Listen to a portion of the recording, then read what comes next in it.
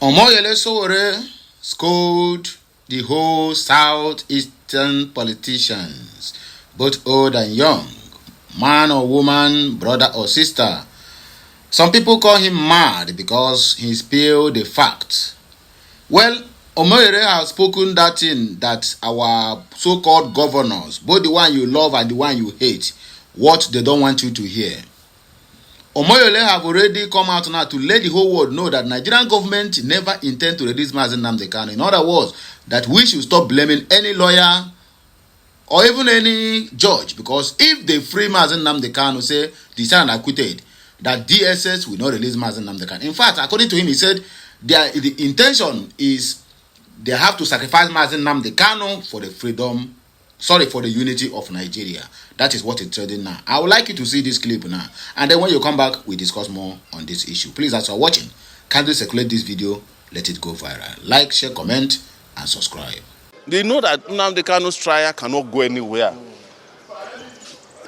And they know that if it is concluded, it is a problem. If it is not concluded, it is a problem. So they make it an open-ended trial so that they will look as if something is happening. But they are not interested in his trial. They are interested in holding him perpetually until people realize that that's what they are doing. And I realized that a long time ago. The problem is that everybody has become complacent about Nnamdi Kanu's freedom.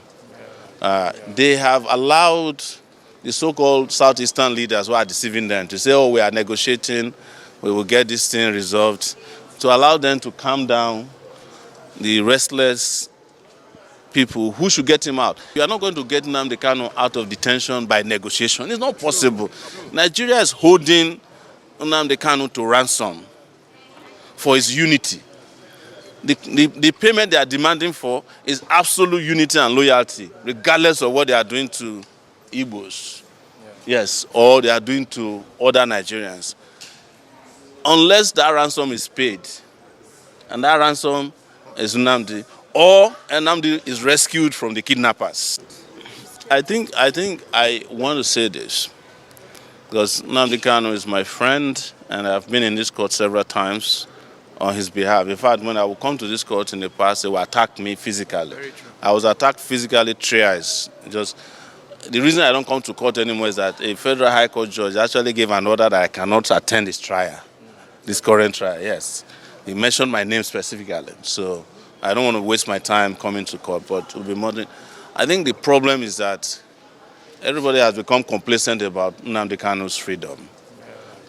They have allowed the so-called Southeastern leaders who are deceiving them to say, oh, we are negotiating, we will get this thing resolved, to allow them to calm down the restless people who should get him out.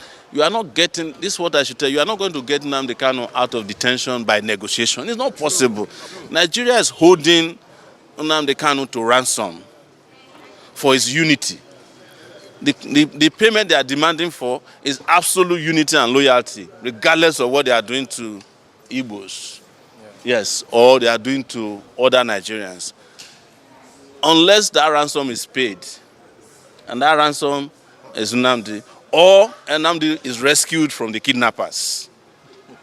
Look, all these razzmatazz we are seeing in Nigeria in the courts, Nnamdi Kanu's trial has nothing to do with judges. If the Supreme Court justices decide that Nnamdi Kanu should be freed, he will not be freed. Yes. The DSS will not leave him. True. Because that has happened several times.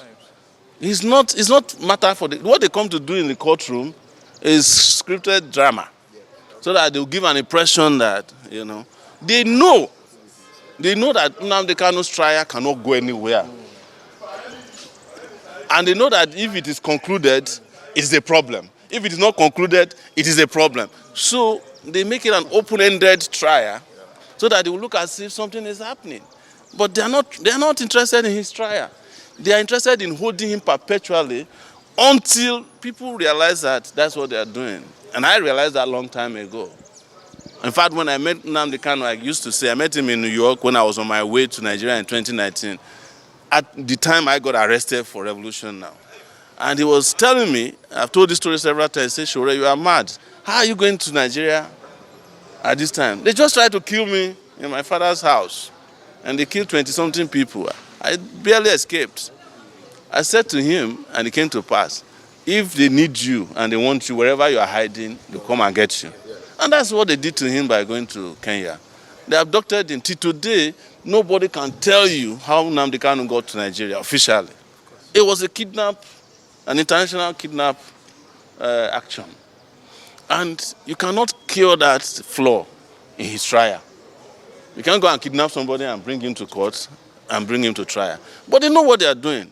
So I hope that those who are his supporters and Nigerians who believe in justice will understand that is what he's about. He is a prisoner, not, you can say prisoner of conscience, of course he is, but he's a prisoner to the Nigerian project. The desire to keep Nigeria one, united, undividable. That is his crime. And those kind of crimes are not for trial. You can't get a court of law to convict him for that because it's not a crime. Of course. And that's what we tell people all the time. If you see all these razzmatazz going on, the judge from day one already know that I didn't commit a crime. In this case that we came to today, Justice Lima knew that there was no crime committed by calling the IGP illegal because it's illegal. Yes. The issue to be resolved is very simple. You cannot lead the police if you are not in the police force. It's as simple as that. Otherwise, I'm qualified to be IG then. Yes, throw it open. Let anybody apply for it. Then you can make MC Oluomo the IGP of police. We won't complain. You understand? It is just like saying, look, judges are entitled to spend how many years now? 70 years as judges.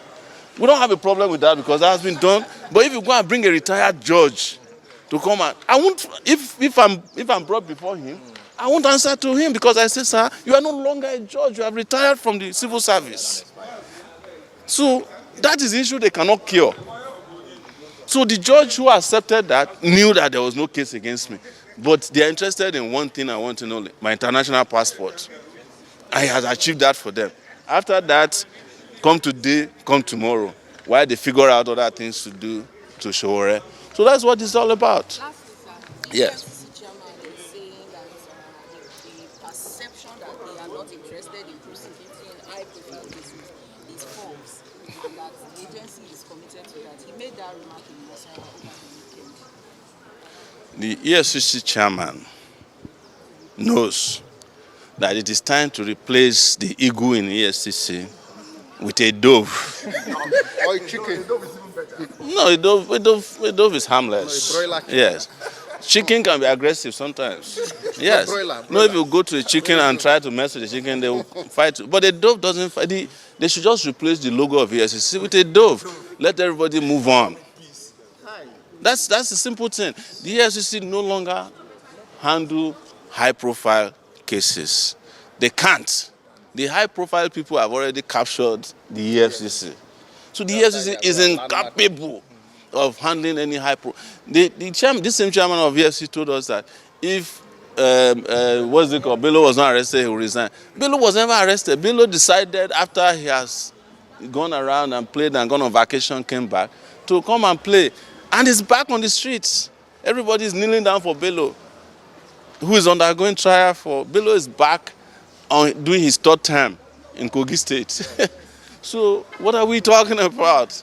So, but, EFCC chairman must give speech. The media must report it. That's what you guys are supposed to do. But my advice once again is that the eagle must be replaced with a dove. And we all move on. Okay, sir. Yes. Quickly, we have so many unresolved cases in Nigeria as we speak today. Yes. You have raised a lot of issues as to the problems. Yeah. What? If you are following me very well, do you still remember when I told you that our Southeast governors, our Southeast political elites, and the one who claim they are representing their entire generation, they use one language. Even Dave Umahi, when he came out for the scholar for negotiation, they use one language. And that language is that we are doing on the ground. And that on the ground is that they will not make it open because they don't want it to jeopardize the movement. They are not doing it on the ground. If they are doing it on the ground, there's no any need. Master Nnamdi Kanu should be appearing before the court. Let me also remind us that Injustice Binta Nyako, no matter how bad she is, there was a time, I think, within last year, when she stepped down the case to say that Nnamdi Kanu, with his legal counsel, to go and negotiate with the government of Nigeria so that they will find a kind of a playing ground or environment for them to settle their differences. Nnamdi Kanu was interviewed. He said, if the federal government want to negotiate, then they should come to the table. But they never do that. Just like Sowore said that Nnamdi Kanu cannot be released by negotiation. So those ones who keep on telling us they're making negotiation, my brother, my sister, they are not making any negotiation. There's no any Southeast governor, no any senator or House of Rep member that is going for Nnamdi Kanu's issue. Most of them who stood their ground then, their constituency allocation alawi that used to be some collect 200, some collect 250.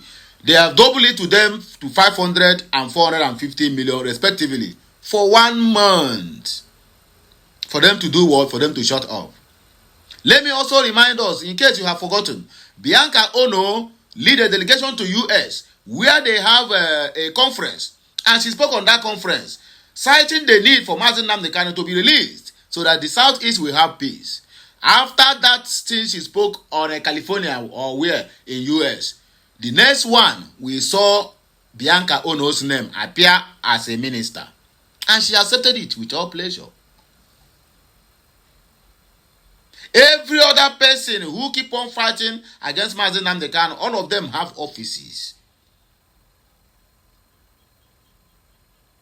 So you can as well agree with me when I said that nobody is working anything. I said it some couple of days ago that I used to love Alex Oti, which happens to be the governor of Nnamdi Kanu from the state where Nnamdi Kanu is from. You understand me? I said I used to love him, but now the guy have entered into my bad book. In fact, I have blacklisted him. When I heard that language from him, and I said it, I made it clear. I said, it is better Alex Oti do not speak than this thing he said now.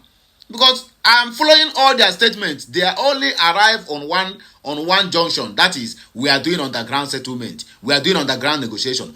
And they are not doing anything. Sowore, that Nnamdi Kanu is a sacrifice because Nnamdi Kanu carries a heavy voice.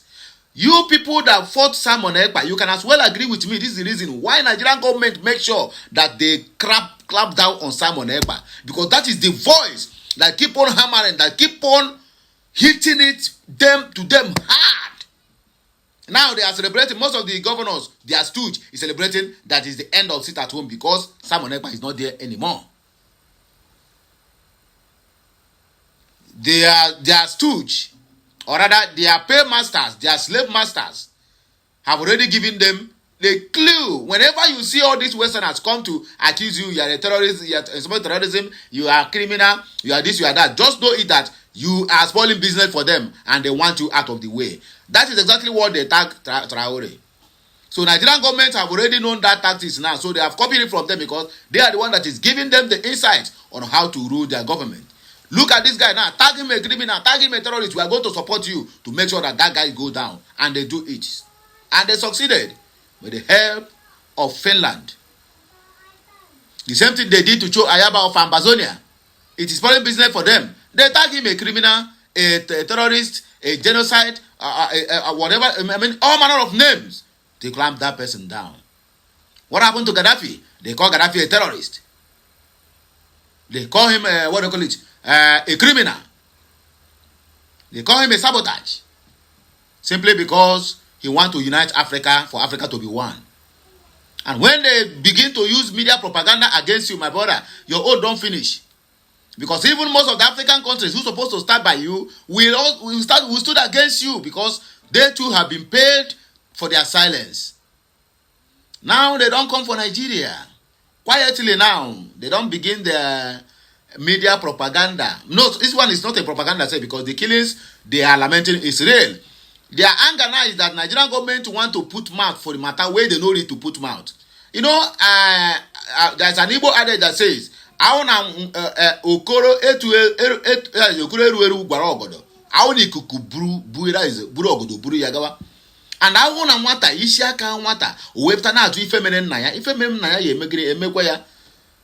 If you not prepare very well, you want to go to look for what killed your father, my brother, you will become a victim. So you have to prepare yourself, cook yourself very well. You understand me? Be above the level of your father, both physically and spiritually, before you can be able to find out what killed your father. Otherwise, those people who bring him down will still do the same thing to you.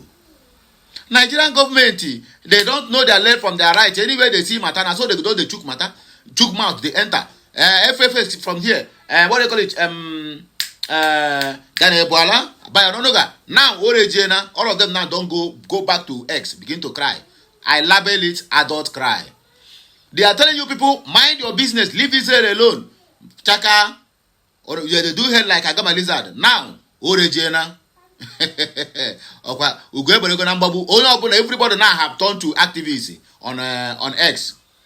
Let us denounce it. Let us even the people who tweeted and celebrated the death of, the murder or the buying of Deborah Samuel. They celebrated it, I swear, they celebrate very well. Some even said she is now in hellfire, that the Allah have received the praise. The same person now have come out on X, begin to tell people that they should debunk this thing that the Zionists are trying to do because they want to turn against Nigeria, they want to destabilize Nigeria. And when they bring the tweet, he tweeted when Deborah Samuel was murdered, the idiot run from his X. He never come back again. That is how they keep on gaslighting Christians. And when somebody tells the Christians, that Christianity is for the weak, they will tell you, you are what is that name they used to call it? They are a hypocrite or whatever they used to call it. Christianity is for the weak. If not for the weakness of Gulo Jonathan, do you think Buhari can take that office from him? Christianity is for the weak.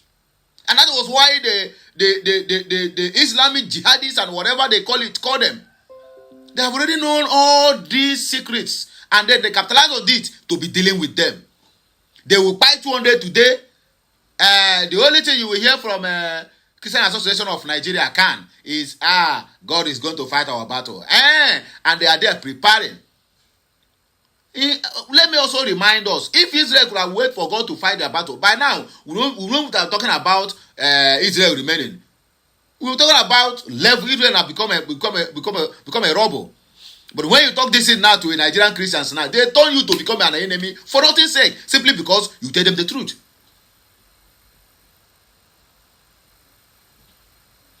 Even the people who give you this Christianity, who teach you that when somebody slap you here, you turn like this. My brother, just do like this. Poke in face.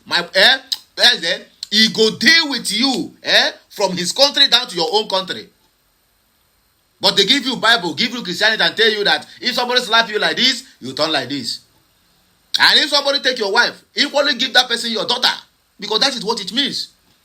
If you come and take my one house, and I will also make my own other house available for you, and I'll go and live on the street for God to fight for me. Is that no weakness?